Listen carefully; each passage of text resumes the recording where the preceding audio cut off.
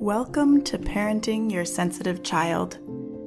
Parenting a highly sensitive child can feel overwhelming, and all the parenting books in the world can only get you so far if your head and your heart are out of alignment with your child's.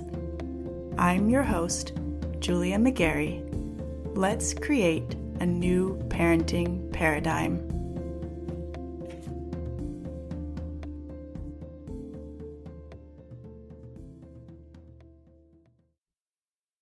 Hey y'all.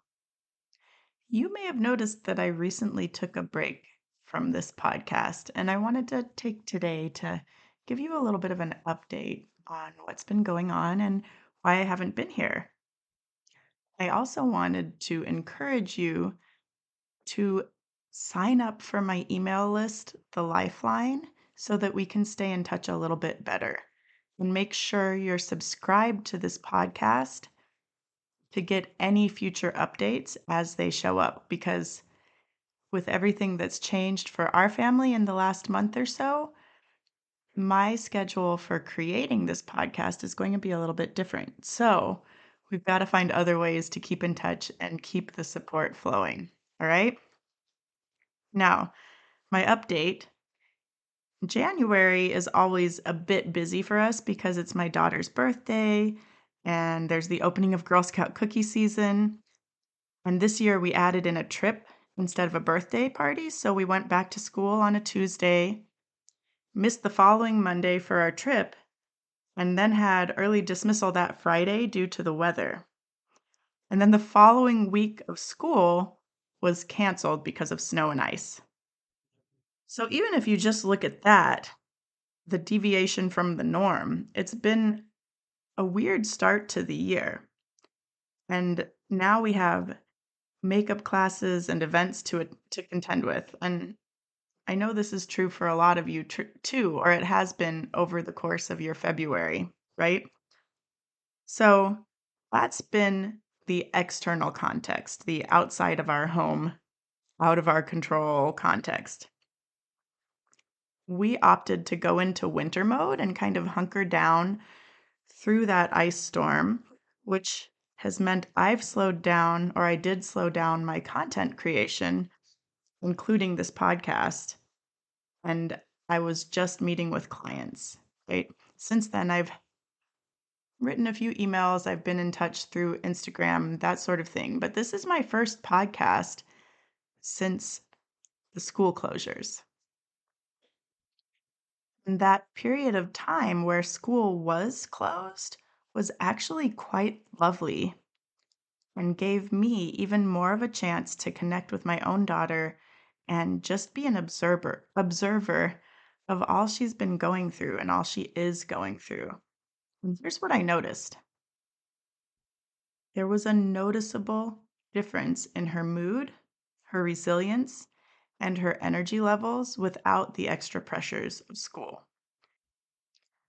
She still had all the age-related growing pains and friendship bumps and mishaps that are very typical for a 9-year-old. But even with those challenges, it was like living with a different kid.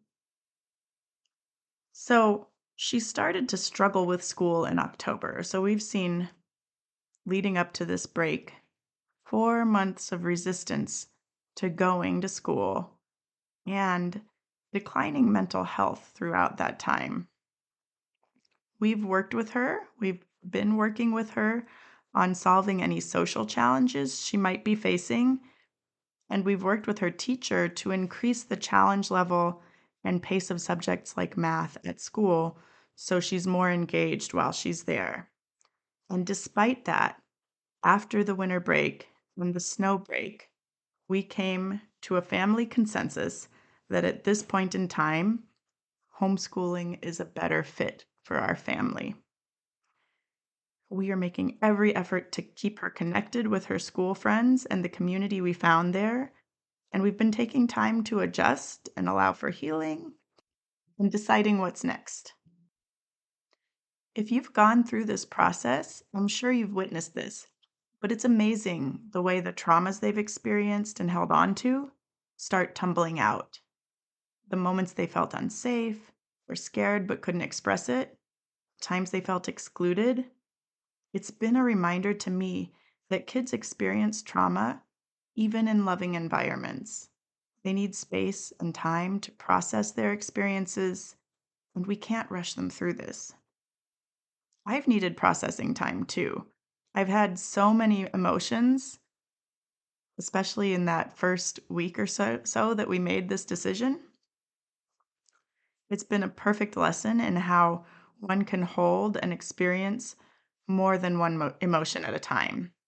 I felt relief and grief, excitement and loss, and then also certainty and trepidation all in the same week.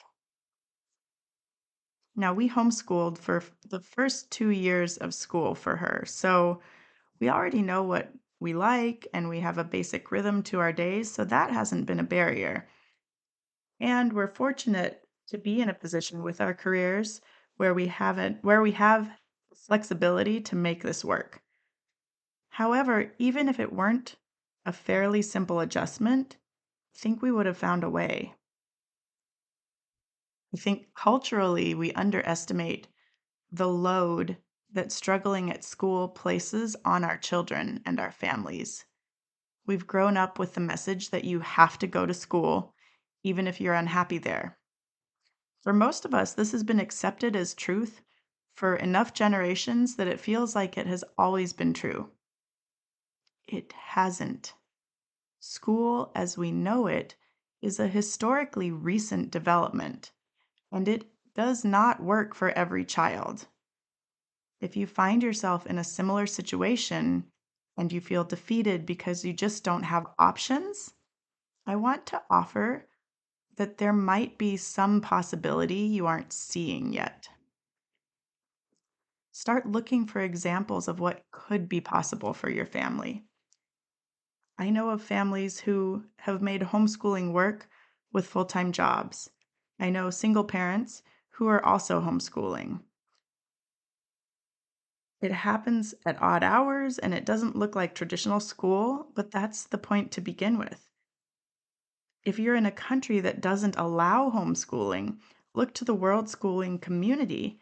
They have workarounds in place. They have umbrella schools that allow you to have your child registered in a school and be technically enrolled and supported, but also allow you to tailor instruction to their need and be more involved and actually homeschool, right?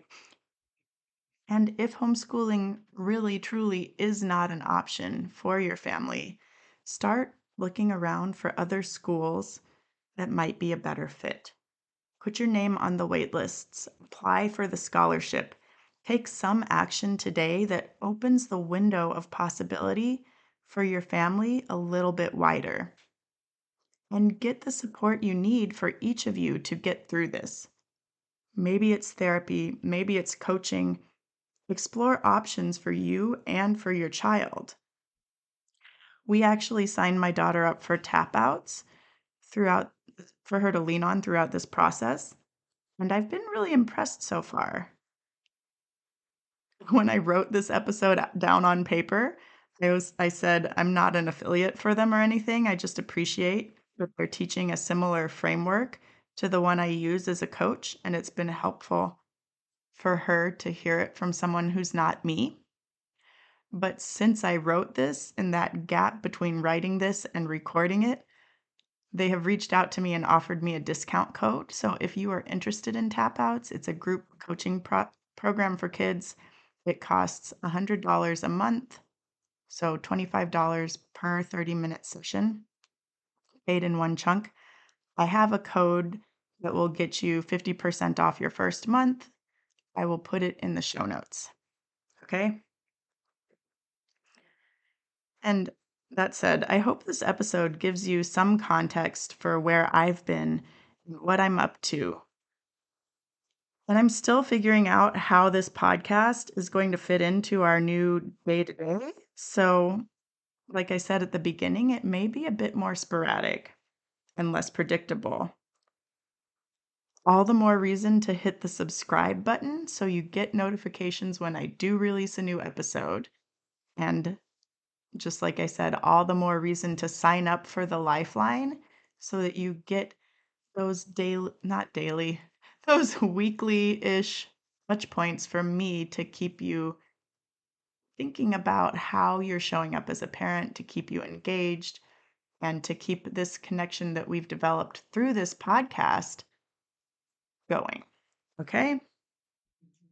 And you can always reach out and email me at partnered par- partneredpathparenting@gmail.com. I would love to hear from you. I hope you have a great week, month. I'm not sure when I'll talk to you again, but I will be back. I will talk to you in the next episode. Do you feel like you're parenting 24/7 and you're still not sure your child is getting what they need? Are you ready to stop parenting reactively and start living in partnership with your sensitive child? Are you ready to reclaim time for yourself and time for your dreams? Then you're going to want to explore coaching with me. I help my clients tune out all the noise, better understand their kids, build a parenting strategy that meets their family's specific needs, and do the mindset work necessary to implement that strategy consistently without sacrificing themselves in the process. To get started, just head over to partneredpath.com, click on coaching, and get your free consultation set up. Let's get to know each other.